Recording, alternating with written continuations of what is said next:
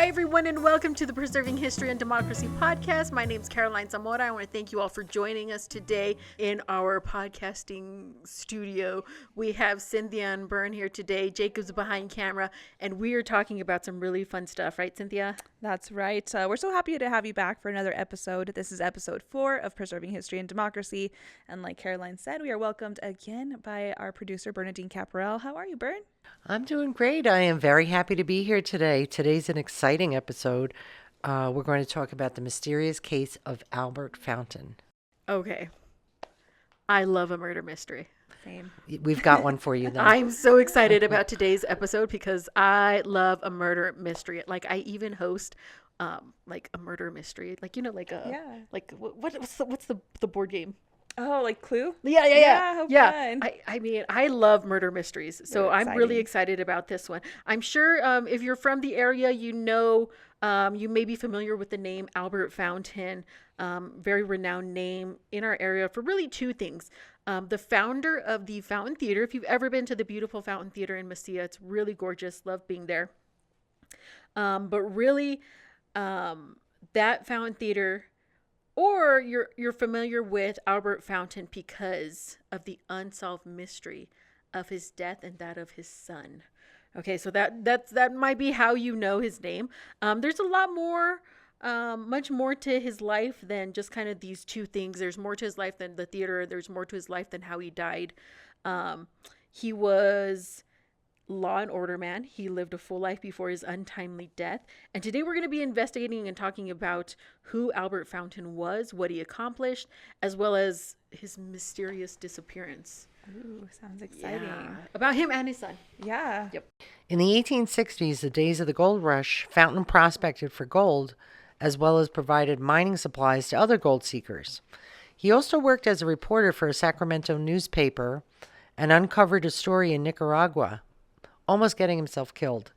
He escaped by dressing as a woman and boarding a boat back to the U.S. Returning to California, he began studying law and worked as a clerk to a judge. And days before the California bar exam, recruiters from the union came and Fountain enlisted as a soldier. His company was sent to Fort Fillmore, just south of Mesilla. A local man invited Fountain to his home, where he met his sister Mariana, and they married in 1862. Okay, before I tell you next, can we just talk about how he escaped Nicaragua dressed as a woman, sneaking onto a boat? Yeah, like, we can't just what? skip over that one. That one's Yeah, pretty I'm We can't. Oh my gosh. Yeah, apparently he was in grave danger, and he had to get out. And that was a feasible way for him to get out. Dressed as a woman. And I mean, it worked. It worked for him. My gosh. Yeah. That's awesome. And then it just tells you a little bit about his character, too. Yeah. He wanted to uncover the story, and he went to all lengths, including, you know, the possible demise, Yeah. which... Do you know if he published the story? He did. Can we, oh my gosh. If we can find it, If we Bern, can and we'll find post it. it with That'd be this, cool. that would Right. be pretty cool. Right, that would be cool. Yeah. We'll find it, people. We'll find it. Okay. As the Civil War continued, Fountain was reassigned to Fort Bliss with the mission of finding Confederate soldiers. A large problem at the time were the Native Americans who were now armed with Confederate supplies. One account of Fountain's service has him injured and trapped under his horse with arrows in his leg and shoulder. Fountain is said to have not only fought the Native Americans, but assisted in moving them to reservations. Several years later, he regretted that and befriended the Native Americans. Well, after the years of war, Albert Fountain moved his family to El Paso and proceeded to secure many jobs of high standing. His first was working for the United States Property Commission, which investigated and disposed of former Confederate property. He was then made the customs collector for the El Paso region. Fountain was next appointed as an election judge and finally became an assessor and collector of internal revenue for the Western District of Texas. He also won a seat in the Texas Senate race in 1869 while serving as the lieutenant governor. So this guy's worn many hats. Man. Many Crazy. hats, and he's not even done yet. And No. we're barely getting into the story. Right. Do you think this is how he maybe got some haters? Well, I think there's a few things that have happened that get him some. Yeah. he was definitely a law and order guy, so he had enemies for a long time. In 1873, he moved out of Texas and moved to Mesilla and began practicing law. He served as an assistant district attorney as well and used his bilingual schools to woo juries of Spanish speakers. He also put out a bilingual newspaper and founded the Mesilla Dramatic Society and the Mesilla Valley Opera House, currently the Fountain Theater, both originally run by the Fountain family. So interesting. Law and Order plus like the arts. Very, very He had a interesting brother guy. that was very active in the Shakespearean art world, so this was his draw. Very cool. Yeah. Here's where it gets really interesting. In 1888, Fountain defeated Albert Bacon Fall, a fellow lawyer, in the race for New Mexico territorial legislature. We have an article from the Las Cruces Rio Grande advocating for Fountain's nomination dating November 3rd, 1894. At the same time, Fountain was investigating and prosecuting cattle rustlers. Oliver Lee was one of the suspects, and his lawyer was Albert Bacon Fall. Lee and his buddy William McNew were being prosecuted in Lincoln County with the assistance of Albert Fountain. On February 1st, 1896, Fountain and his son Henry were on their way back from assisting in the prosecution of charging Lee and McNew. They never made it back to Mesilla. Their wagon was discovered near White Sands in the desert with 2 pools of blood. Mystery. The prime suspects were thought to be Oliver Lee, his employees McNew and Gilliland. Lee was part-time deputy U.S. Marshal as well as a rancher. Sheriff Pat Garrett and his posse had a gunfight with the men near Alamogordo. One of Pat Garrett's men, Deputy Sheriff Kent Kearney, was killed, and Garrett and his men withdrew. Lee and Gilliland later surrendered to others. There was little evidence, and no bodies were ever found. Fall had been Fountain's enemy in and out of court, and he once again provided legal representation for the 2 men charged in Henry Fountain's murder. They were both acquitted. McNew was never charged, and the killer of Sheriff Kent Kearney was never prosecuted. No one was ever charged with the murder of Albert Fountain, and it remained an unsolved mystery still today. So just getting into that little bit about the bodies never having been found, as a forensic files expert, almost. I know there was sleuth. There were many episodes that when they disposed of the body, they made sure that it was never found so that they could not prosecute, and that for a time was the norm. So here we have it back in the day, where if there were no bodies, it's very hard to get a conviction. Now we have, forensics and things that can prove things without a Right. body. Yeah. Right. And it was said at one point that he brought his son Henry because it would have provided somewhat of protection for him, because who would kill a man in front of his child? And instead, they were both, How old was Henry? I think he was either 8 or 11. Oh gosh. Yeah, he was young. Oh. He was young. How sad, him thinking that, Yeah. well, no one's going to hurt me if I have my son with me, but very Right. bad person. Didn't care about that, seems. Didn't care. Albert Fall seemed to be his enemy for a long time. They both ran for different offices. They both were lawyers in the same town, and it just became this One happened to kill the other. one. Well, you won't say kill the other, but he provided lawyer services to the guys that were convicted, or the guys that were arrested for the killing. It was never convicted, but that was, a big problem at the time, that there was no bodies. They got a good lawyer and they got away with it. That's the thought, that they got away with it. Anyway, there are many films and books about the disappearance and probable murder of the Fountains in the desert near White Sands. One book looks at the mystery in great detail. The title is Murder on the White Sands, The Disappearance of Albert and Henry Fountain. I first came across this book while visiting White Sands and wondered if I could be, in fact, walking on unmarked graves when I was there. It kind of gave me chills. Definitely worth a read. The author, Corey Recco, accurately describes the Wild West, including the courtroom. Armed supporters were intimidating to both witnesses and the prosecution. It's no wonder that the accused were acquitted. So It just seems like a very Wild West thing to have armed people in the courtroom and the jury acquitting when it really seemed that these folks had done it. Yeah. Yeah. The Wild West. So a film was released in 2013 and shown in the Fountain Theater in Mesilla it's titled Among the Dust of Thieves, and it retells the story of the mystery of Albert and Henry Fountain on their way home from Lincoln County after assisting with the prosecution of the known lawbreakers. These same men were acquitted for any crimes relating to the death and disappearance of the Fountains, and the movie depicts the last few months of Albert Fountain's life, including the cattle rustling case he was working on, and the second half of the film depicts the crime scene and the investigation that remains a mystery. It's unsolved. They never found the bodies. Never found them. Never found them. Don't know actually what happened. I've never seen again anything like that. So again, that's a 2013 release, and it's called Among the Dust of Thieves. I really want to check it out. Sounds pretty cool. Well, Albert Fountain was a man of law and order in the Wild West, trying his best to fight crime and put away criminals. It may have cost him his life and the life of his son Henry. The mysterious circumstances surrounding their disappearance continue to fascinate people to this day. Pretty cool. Pretty cool story. Burn, you Really found sad. us a good one again. Another mystery. I love it. Yes. What do you So- have for us? I have a couple of newspaper articles. One is about when the film debuted at the Fountain Theater, and this is from the Silver City Sun News from 2013. We can post this on the We'll post this along on the socials and probably on YouTube and things like that. perfect.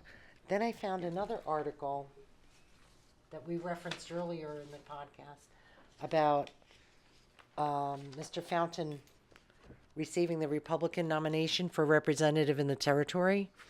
Just to briefly say it, he's a young man of sterling honesty, integrity, and you can find this out by asking any person who knows him. Just these were the kind of things that people were saying about him, and he did win that nomination over Albert Fall. So another setup for Another piece of the puzzle. another piece of the puzzle. There was a 3-part article in the Rio Rancho Observer about the mystery itself. If you can get your hands on any of this, I just printed part 1. It talks about the mystery, and a lot of information that we shared with you today, is in this article as well. And there's a picture of him, what he looks like. Kind of a handsome guy, and had a number of children, and successful man. This is one that I find extremely interesting. This newspaper article comes from the Alamogordo Daily News, and McNew, who was a suspect in his murder, they were trying to raise money for his homestead. And you say, how could that be? Well, he wasn't convicted. That's how that could be. And it is a part of history. So they had a very special day up there where they dressed in old-timey clothes and were requesting money to keep those kind of historical memories going. And then from our vault, of course, we don't want to forget our vault, we have a warrant to road viewers. Well, what's a road viewer? It's kind of what it sounds like. The following people are appointed viewers to view the proposed changes and assess damages to the roads. So we'll put this up as well. Albert Fountain was appointed along with O.C. Snow and Manuel Alday. I had to be very careful in my research because this is Albert Fountain Sr., and there is a junior. One of his children went on to do some pretty good things as well. So I had to be very cautious about that. And he, in fact, did win the nomination, as I said earlier, and here's a document from the vault saying such. And he has is that a his lovely appointment letter? signature. Yes. Or is it his oath? We do certify that at a county convention of the Republican Party of the County of Doña Ana, held at Las Cruces on the 9th of October, 1890, The candidates whose names are printed below were nominated as the candidates of the said party to be voted at the general election, and so on. And there's his lovely signature. So that's his appointment from the party. Very That's cool. his appointment, right? Very cool. Yeah. So that's the goodies I have from the vault and from newspapers of the times. This is awesome, Bern. So what else did you find out about his family? Excuse me. His wife was very supportive of all his works, which, I think I read something about it was kind of her idea to send the son as a little bit of protection for him. And I can't imagine what that felt like after. I know, gosh. The guilt must be unreal. But it seemed they had a large family, and they were very interested in keeping this business of the Fountain Theater going. Kind of honored his Shakespearean brother, and it's still alive and kicking today. They do foreign films there. They do all kinds of. They have some fun films a Yeah. lot of time, yeah. Yeah, they have documentaries. So is it still the Fountain family that owns it? It is not the Fountain family that Okay. owns it anymore. It's yeah. So kind of cool. A lot of history, though. I mean, I didn't Yeah. know what an influence he had in Doniana. I mean, I knew about the Fountain Theater. I didn't really know the story behind the name. When you think about how brave it had to be a lawyer of that time and not give in to your fears and not give in to the pressure from the other side, he was said to be a sterling and honest man, and I think that's kind of what we got, and he paid the highest price for that. Yeah. Man, this is a good one you brought us today, Bern. Good. I'm You know what happy I to bring kept, it. yeah, you know what I kept thinking about while we were telling the story, especially when we started talking about like how they were lawyers together, they ran for office together, they did all these things, and it seems like their lives kind of parallel. Have you seen Hamilton? I have not. Okay, if you get Disney Plus, you got to go watch. Or the Okay. next time they come through, go see them in El Paso. It was great. Okay. But I mean, like the opening scene tells you, like Aaron Burr is like, I'm the fool that shot him. So the opening scene Right. tells the story, even though everyone knows the story of Aaron Burr killing Alexander Hamilton. Except for their lives, like all these things are happening to them at the same time. They're, they fight the war together at the same time. They become lawyers at the same time. They become fathers at the same time. Wow. And then one happens to kill the other. And so I just kind of think of like, well, these two men are like, their lives were paralleling each other. And something had to have happened where he became so angry, so like upset with Fountain, whether Fountain was always winning or was always ahead in some way. Yeah, there was definitely a Something bitter happened. rivalry Yeah. between them. I mean, if your ultimate enemy lawyers up your accusers, that's pretty intense. That is pretty intense. Yeah.